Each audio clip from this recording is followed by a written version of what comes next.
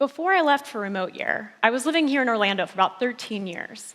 And in May of this year, I had the chance to come back to do some work with my clients. So you'd probably expect that I would have had that familiar feeling of being back home. But that wasn't my experience.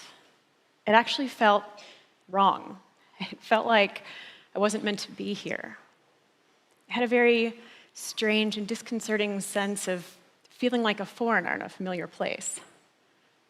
So it really got me thinking about this idea of home. When I say home, what do you think of? A house? A city? A family?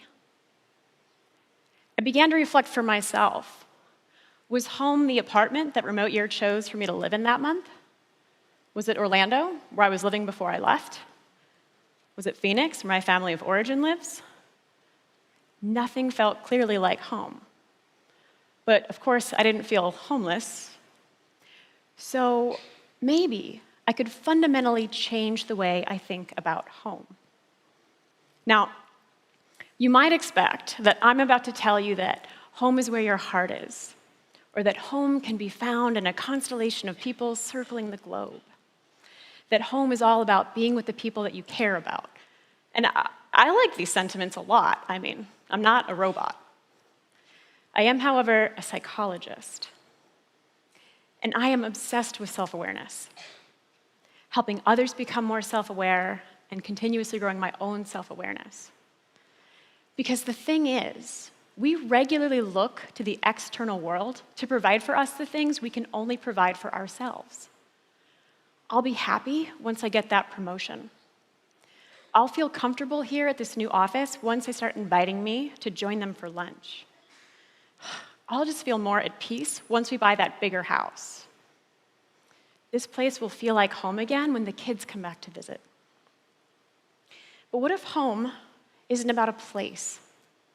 Not a building, not a city, and not even necessarily other people. What if home is a state of being, a choice that we make every day to feel at home with ourselves?